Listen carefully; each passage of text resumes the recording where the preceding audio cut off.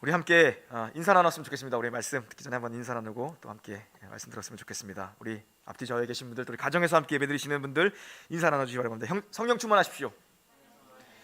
늘 강건하십시오. 네, 감사합니다.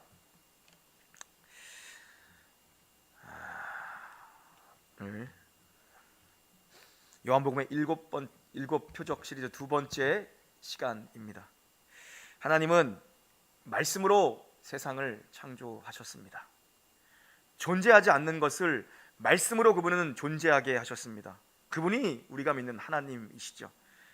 그래서 창조를 믿지 못하면 말씀도 믿을 수가 없는 겁니다. 말씀을 믿지 못하면 창조를 믿을 수가 없는 것입니다. 왜요? 그분은 말씀으로 존재케 하셨기 때문이죠. 말씀으로 세상을 창조하신 것이 안 믿어지는데 그 다음 것들을 어떻게 믿을 수 있냐는 것입니다. 믿음은 말씀에서 시작되는 것이죠. 말씀이 우리 안에 뿌려지면 싹이 나고 열매를 맺습니다. 요한복음 믿음의 책입니다. 믿음을 주기 위한 책, 믿음으로 영생을 얻으라는 것입니다. 믿어 생명을 얻으라, 믿어 영생을 얻으라. 요한복음 믿음의 책입니다. 영생을 얻고 그 안에 자라나는 생명을 누리라는 이 믿음의 책이 요한복음입니다. 오늘 본문은 요한복음에 이뤘던 예수님의 두 번째 기적 사건입니다. 예수님을 찾아온 왕의 신하의 이야기입니다. 오늘 말씀을 통해서 우리는 믿음이 어떻게 한 사람에게 부어지고 그 믿음을 통해서 하나님께서 어떻게 일하시는가를 우리는 또 보게 됩니다. 46절, 47절 함께 봉독합니다. 시작. 예수께서 다시 갈릴리 가나에 이르시니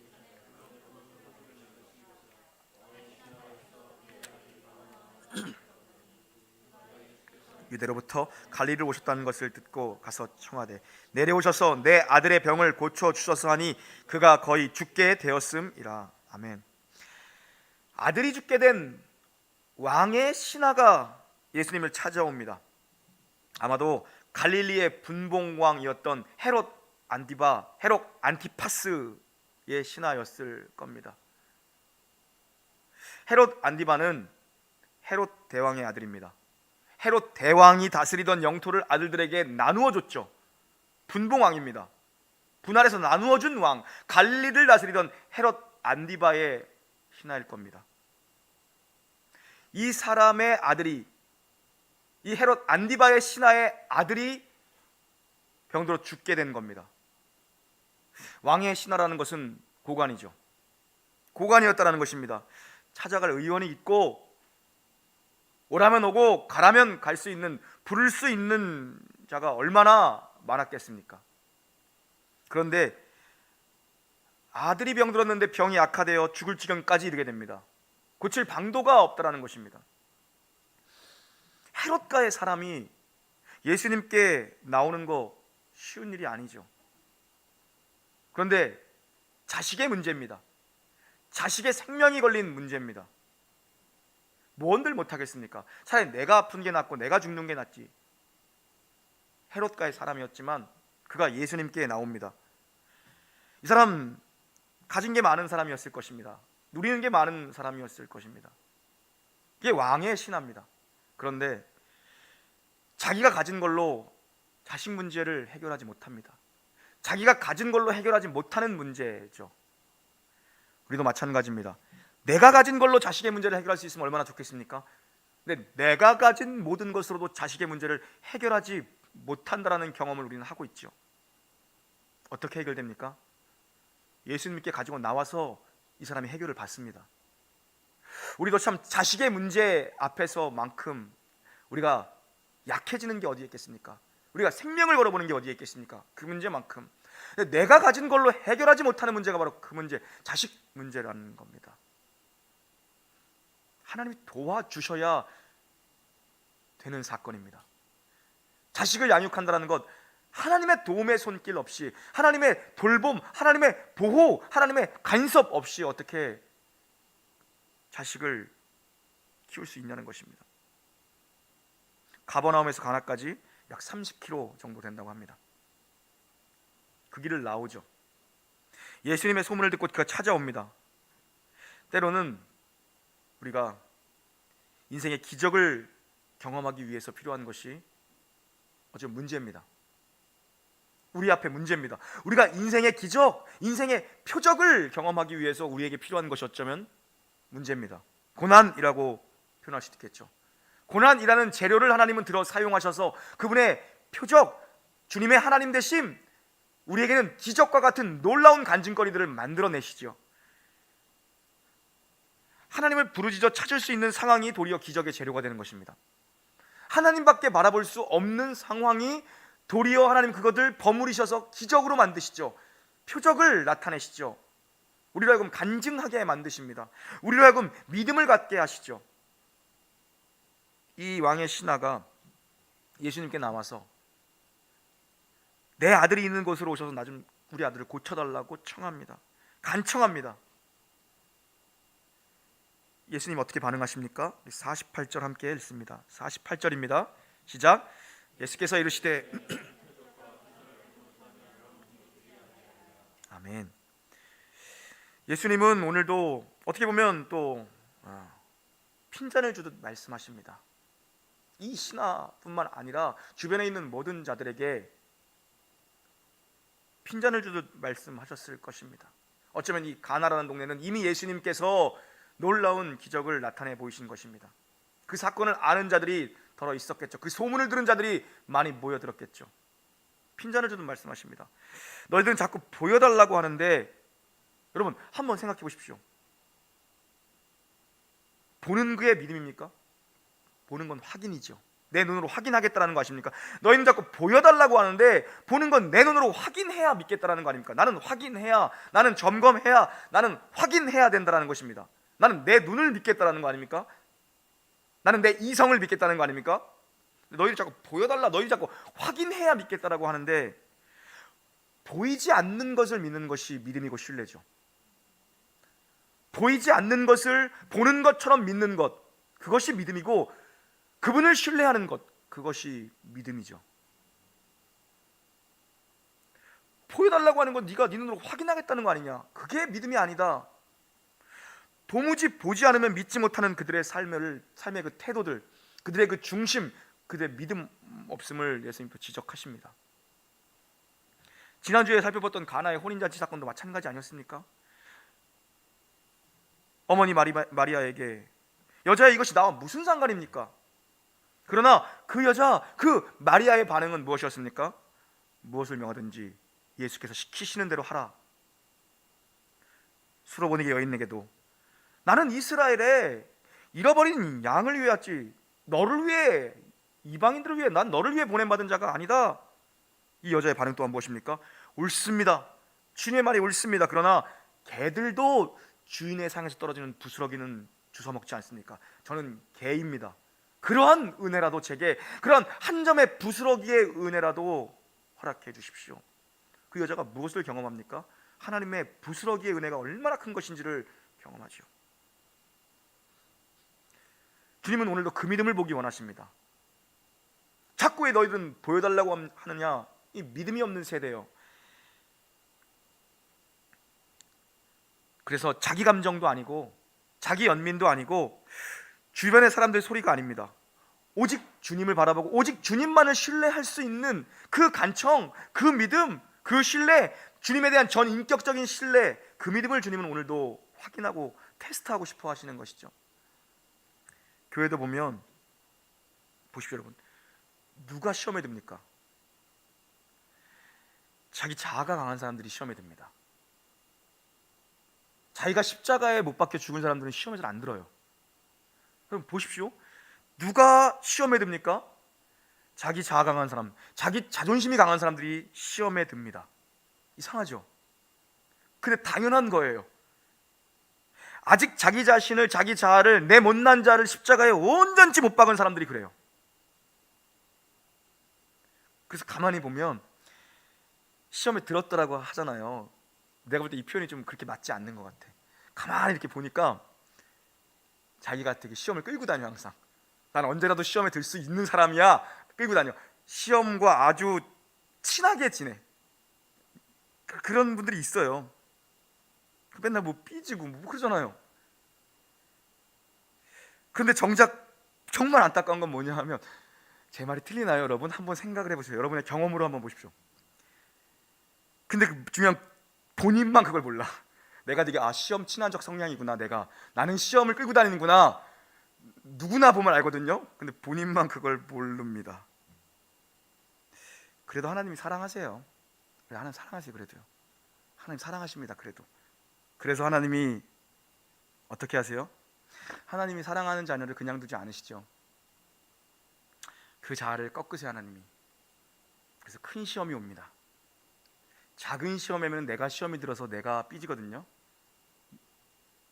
큰 시험이 오면 어떻게 됩니까? 작은 시험은 자꾸 고개를 들어요, 내 자아가.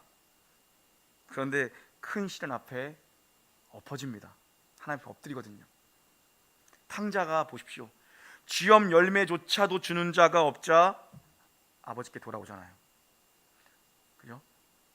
그 부잣집 아들인데 쥐엄 열매조차 내게 주는 자가 없을 때 그가 아버지를 기억하고 아버지 앞에 엎드립니다. 아버지 앞에 돌아오지 않습니까? 사랑하는 자녀이기 때문에 그래요. 그래서 때로는 주님께서 주님을 떠나서는 갈 길을 없게 만드시는 것, 정말 주님을 떠나서는 주님만 바라볼 수 있게 하는 것, 그 은혜입니다.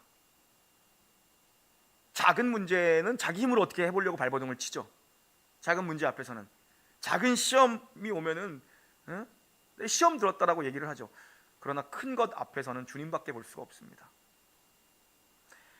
우리가 만나는 예수님, 우리가 만나는 모든 정황 속에서 네가 정말 주님만 바라보고 있는가를 테스트하십니다. 물으십니다. 이 믿음이 없는 자들아, 너는 어떻게 맨날 눈에 보여달라고만 하는 것인가? 정말 주님만을 바라보고 정말 주님을 향한 간절함과 사모함이 있는가? 주님은 늘 되물으시죠. 49절도 한번 봉독해 보겠습니다. 시작. 신하가 이르되 주여. 아멘. 자식 문제가 이렇게 절박하죠. 예수님이 빨리 반응해 주시기를 원합니다. 빨리 저와 함께 가주십시오. 빨리 내 아이가 있는 가버나움으로 병들어 누워있는, 지금 죽습니다. 빨리 가십시오. 빨리 가주십시오. 빨리 가달라는 겁니다. 지금 이 사람 생각에는 무엇입니까? 이 왕의 신하, 이 사람 생각에는 무엇입니까? 예수님이 빨리 자기와 함께 가야 한다는 것입니다. 병들어 있는 그 침상으로 함께 가야 한다는 것이죠. 그런데 예수님이 뭐라고 말씀하십니까? 50절 함께 봉독합니다. 시작. 예수님께서 이르시되 가라, 내 아들이 살아있다 하시니 그 사람이 예수께서 하신 말씀을 믿고 가더니. 아멘. 주님의 역사는 내 예측과 내 경험과 내 방법이 아니죠. 주님은 내 예측, 내 경험, 내 방법이 아닙니다. 신하가 기대했던 건 그래, 빨리 가서 아들에게 안수기도 해주는 건 뭐 그런 거 아니겠습니까? 그 주님은 말씀만 하십니다. 말씀으로 역사하십니다. 가라, 네 아들이 살아있다, 네 아들이 살아나고 있다, 가라. 왕의 신하는 뭐라고 보고합니까? 죽어가고 있다라고 보고합니다. 그런데 주님은 네 아들이 살아있다, 과거 성경에는 살았다, 네 아들이 살아나고 있다. 주님은 살아나고 있다라고 말씀하십니다. 살았다라고 말씀하십니다. 살아나고 있으니 가라는 것입니다. 살았으니 가라는 것입니다. 그걸 믿고 가는 것이 믿음입니다. 그 말씀을 붙들고 가는 것이 믿음이죠. 말씀을 주님이 주시면 내 생각, 내 예측, 내 기대와 관계없이 가는 것이 믿음입니다. 내가 기대했던 데가 아니더라도, 내가 기대했던 바가 아니더라도 주님이 말씀을 주시면 관계없이 가는 거죠. 여러분, 내 뜻과 내 계획대로 안 되는 것들이 있죠. 내 뜻, 내 계획, 내 경험, 내가 원하는 것대로 안 되는 것들이 너무나도 많이 있죠. 힘쓰고 애써도 안 열리는 건 여러분, 어쩌면요, 나를 보호하려는 하나님의 뜻일지도 모릅니다. 내가 정말 힘쓰고 애썼는데도 길이 안 열려, 나를 보호하는 겁니다. 내가 정말 힘쓰고 애써도 안 열리는 길이 있습니까? 안 열리는 문이 있습니까? 아직 때가 무르익지 않은 겁니다. 또 하나 뭡니까? 힘쓰고 애써도 안 열리는 문이 있습니까? 이보다 더 좋은 길이 예비되어 있는 것입니다. 세 가지 측면에서 우리가 생각해 볼 수 있죠. 하나님이 보호하시려고 막은 길일 수 있는 것입니다. 내 뜻과 내가 아무리 힘쓰고 열심히 뛰었는데도 열리지 않는 길이 있습니까? 하나님 나를 보호하기 위해서 막으신 길일 수도 있습니다. 하나님의 뜻이 아니기에, 아니면 아직 때가 아니기 때문에, 때가 무르익지 않았기 때문에 길을 열어주시지 않은 걸 수 있습니다. 더 좋은 때, 완벽한 타이밍, 주님이 예비하셔서 선을 이루실 때가 아니기 때문일 수 있습니다. 또 하나 뭡니까? 더 좋은 길이 있기 때문에 열어주시지 않을 수도 있습니다. 우리가 여기서 믿고 갔다는 의미는, 여기서 이 신하가 믿고 갔다라는 의미는 맡겼다는 겁니다. 맡겼다는 겁니다. 맡겼다. 주님 앞에 맡기고 갔다라는 것입니다. 우리가 주님께 맡긴다라고 얘기합니다. 그리고 그렇게 기도합니다. 그런데 보면 실질적으로 우리가 못 맡길 때가 너무나도 많죠. 맡긴다라고 얘기하고, 맡긴다라고, 맡기겠습니다라고 기도합니다. 그런데 맡기질 못합니다. 주님한테 맡긴다라는 게 그럼 우리한테 무책임하게 살라는 것입니까? 아니요. 최선을 다해 사는 것입니다. 기도했으면, 맡겼으면 그 뜻을 위해 최선을 다해 사는 것입니다. 그런데 여기서 진짜 맡긴다는 건 무엇입니까? 그 결과마저 맡긴다는 겁니다. 그 결과를 맡긴다는 겁니다. 근데 우리가 그렇게 맡긴다라고 늘 기도하고 늘 말하면서도 결과를 맡기지 못합니다. 맡긴다는 건 결과를 맡기는 겁니다. 결과까지도 맡기는, 과정을 넘어 모든 결과까지도 주님 앞에 맡깁니다. 어떠한 결과가 주어도 나는 맡깁니다. 나는 그렇게 기도했습니다. 나는 그렇게 최선을 다했습니다. 맡깁니다. 그런데 대부분의 사람들이 백날 기도해놓고 결과를 맡기지 못합니다. 믿음이란 무엇입니까? 결과까지도 주 앞에 내어놓는 겁니다. 결과를 맡기는 것입니다. 그가 말씀을 믿고 갑니다. 무엇입니까? 주님께 맡기고 갔다라는 것입니다. 주님은 여기 계시지만 주님의 말씀이 선포되었으니 나는 맡기고 갑니다. 맡기고 갔습니다. 51절 52절 함께 봉독합니다. 시작. 내려가는 길에서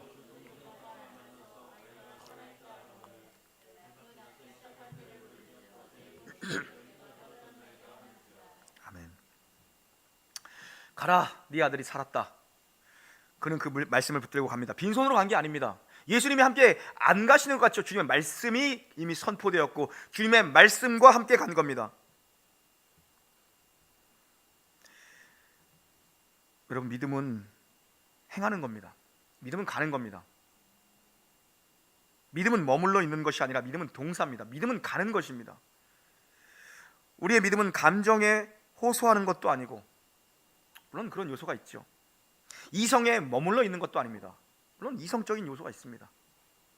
그러나 믿음은 움직이는 겁니다. 믿음은 가는 겁니다. 믿음은 행하는 겁니다. 우리의 감정도 우리의 이성도 믿음입니다. 그러나 가는 것입니다. 결단하여 발걸음을 내딛는 것입니다. 본토 친척 아비집을 떠나가는 것입니다. 독자 이삭을 묶는 것입니다. 믿음이죠. 말씀을 붙들고 믿고 가는 것이 믿음입니다. 주님이 원하시는 길을 가게끔 하는 것, 때론 내가 가고 싶지 않은 길이라 할지라도 주님이 원하시는 길을 가게끔 하는 것이 믿음입니다. 믿음은 가는 것입니다. 여호수아 3장에 나오는 요단강 물이 갈라지는 사건 역시도 성경은 뭐라고 기록합니까? 제사장들의 발이 물에 잠기자, 그들의 발걸음이 떨어졌을 때에 물에 들어가자 위에서부터 흐르는 물이 끊어졌다라고 기록합니다. 예수님의 이야기를 듣고 제사장의 네 몸을 보이라 가는 도중에 그들의 몸이 치유되는 것을 그들은 경험합니다. 물을 떠다 연회장에게 갖다 주라, 갖다 주었을 때, 순종했을 때에 그 물이 완전히 다른 성분의 포도주로 변한 것을 하인들은 봅니다. 우리 삶에 여러분 기적이 없는 이유는 뭡니까? 우리가 아멘은 했지만, 고개는 끄덕이지만 발걸음을 떼지 않아서입니다.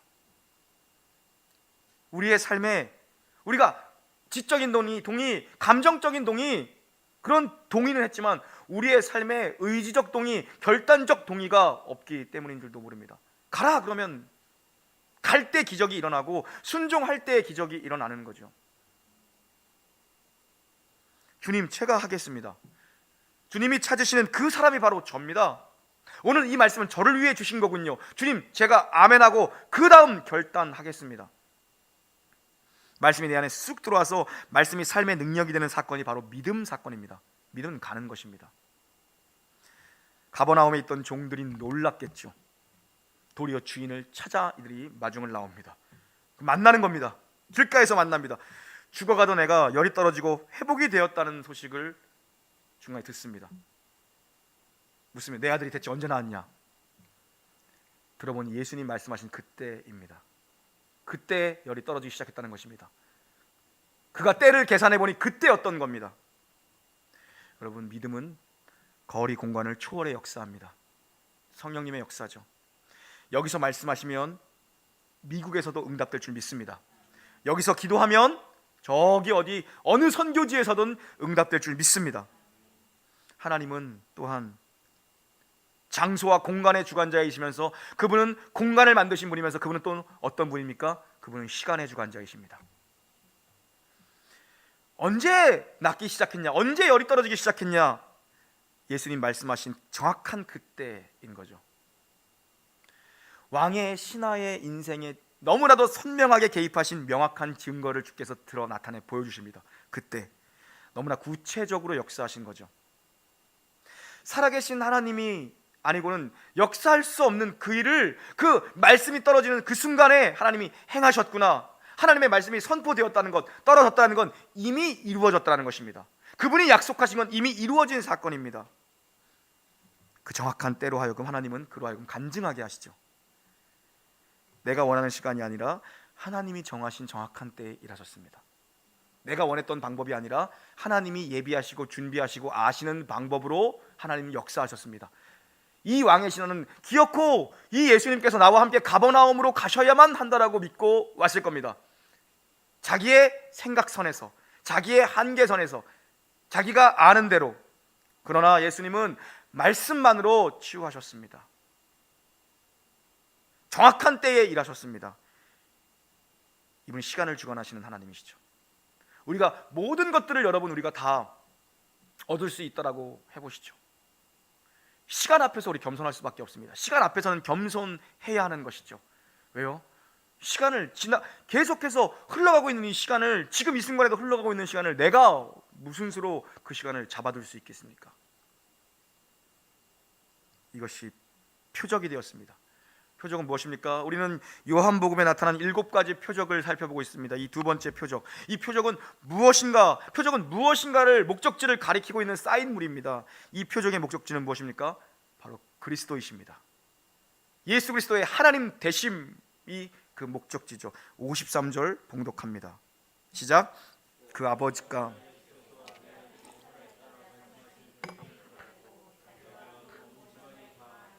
아멘. 아들이 죽게 된 사건이었습니다. 거기서 예수님을 붙들었습니다. 예수님 앞에 문제를 가지고 나왔습니다. 문제 해결 받았습니다. 끝이 아니죠. 가족 전체가 구원을 받습니다. 그 자신과 그 가족 전체가 구원을 받습니다. 한 사람이 말씀을 붙들었더니, 가장이 말씀을 붙들었더니, 아버지가 말씀을 붙들었더니, 아버지가 예수님을 찾아왔더니, 아버지가 예수님 앞에 엎드렸더니, 아버지가 말씀에 순종했더니, 자식 병 낫는 것, 그거보다 더 큰 건 무엇입니까? 온 가족에게 이 바로 요한복음의 목적인 믿음을 얻어 생명을 주기 위한 이 표적이 실제로 일어나는 사건을 오늘 요한은 너무나도 선명하게 기록하고 있죠. 그래서 한 사람이 믿음으로 반응하면 다 살아나는 겁니다. 한 사람이 믿음으로 반응하는 게 이렇게 중요합니다. 한 사람이 믿음으로 반응하는 것, 한 사람이 그 가문에서 예수를 믿는 것, 다 살려내죠. 여러분 한 사람 하나님 먼저 부르셨다면 여러분 통해서 여러분 가정 전체가, 여러분 가문 전체가 예수 믿고 생명 얻기를 주님의 이름으로 축원합니다. 그래서 삶의 모든 문제를 예수님 앞에 가지고 나오면 방법과 때 그리고 결과, 방법과 시간과 결과, 모든 것이 선이 되죠.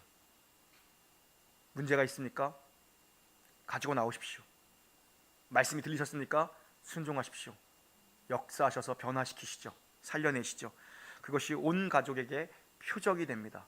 예수가 그리스도이심을, 예수가 하나님 되심을 드러내는 표적이 온 가족에게 나타나죠. 54절 읽고 마치겠습니다. 54절입니다. 시작.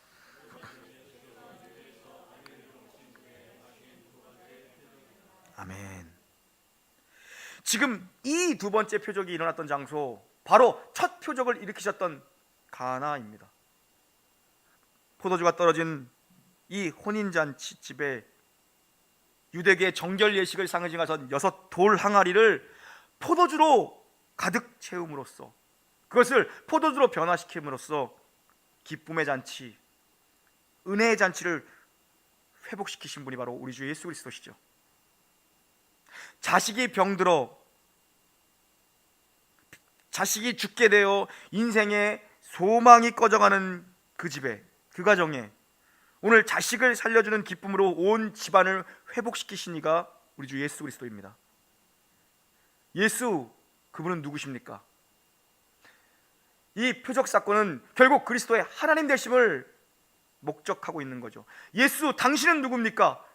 예수님, 당신은 누구십니까?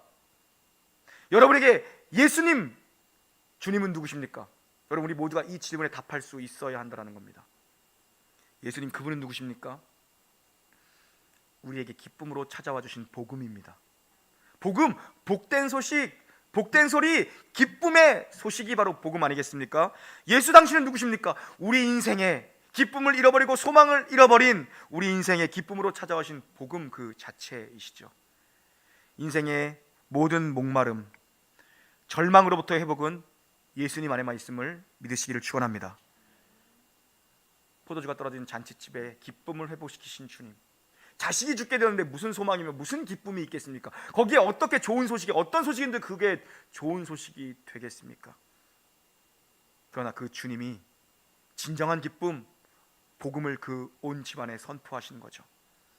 그 기쁨이신 우리 주 예수 그리스도로 인하여 삶의 기쁨이 샘솟기를 주님의 이름 간절히 축원합니다. 찬양하시죠.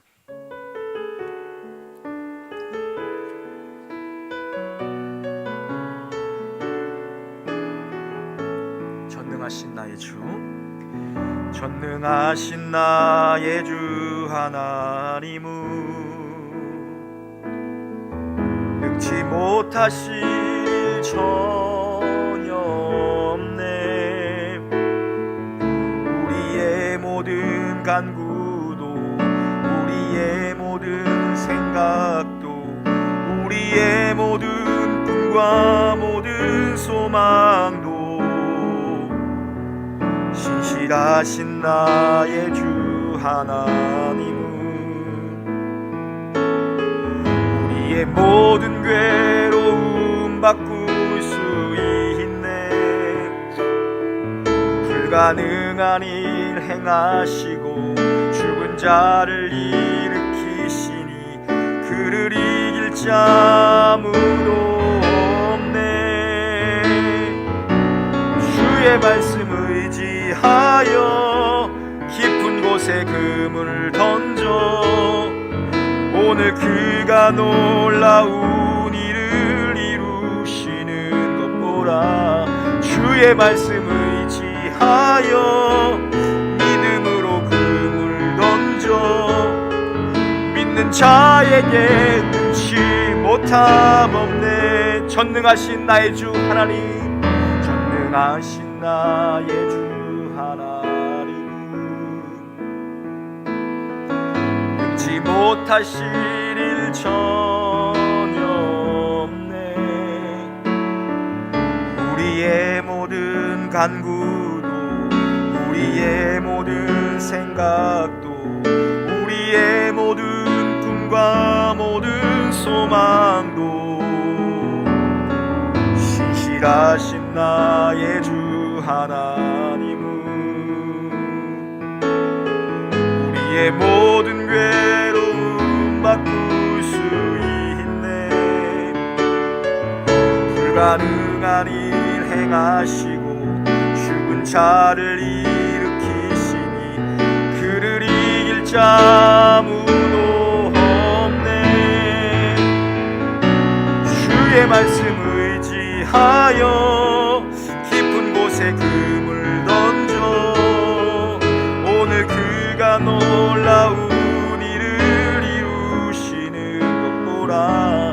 주의 말씀 의지하여 믿음으로 금을 던져 믿는 자에게 능치 못함 없네. 주의 말씀 의지하여 주의 말씀 의지하여 깊은 곳에 금을 던져 오늘 그가 놀라운 일을 이루시는 것 보라.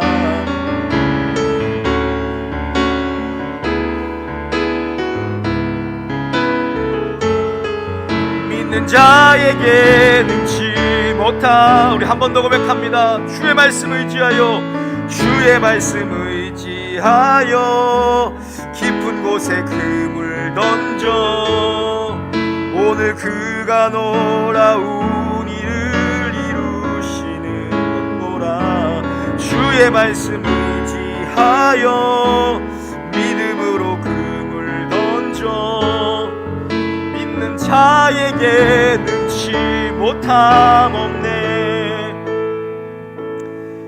하나님 아버지, 오늘도 말씀으로 병을 고치신 공간과 시간을 초월하셔서 말씀으로 병을 고치신 우리 구주 예수 그리스도의 능력의 말씀을 우리가 함께 나누었습니다. 아버지, 이것이 우리의 삶의 실제가 될 수 있도록 역사하여 주시옵소서. 우리에게 믿음을 주시되 말씀을 믿고 말씀을 붙들 수 있는 그 믿음을 우리에게 허락하여 주시옵소서. 하나님 아버지요, 보고 믿는 것이 아니라 보이지 않는 것을 보는 것처럼 믿을 수 있는 그 신뢰, 그 의지, 그 믿음을 오늘 우리 모두에게 허락하여 주시옵소서. 말씀을 붙들고 행하게 하여 주시옵고 말씀을 붙들고 걸어갈 수 있는 능력을 우리에게 부어 주시옵소서. 삶에 많은 문제가 있습니다. 그 말씀 가지고 주님 앞에 나와 간절히 부르짖어 기도할 때에 주께서 말씀하여 주시면 주의 종이 듣겠나이다 청종하여 순종할 수 있는 그 놀라운 역사를 우리 가운데 허락하여 주시옵소서. 우리에게 허락하신 어려움들, 문제들, 고난이 있습니까? 그것으로 인하여서 모든 것이 생명을 얻는 풍성히 주님을 알게 되는 표적이 될 수 있도록 기적을 행하여 주시옵소서.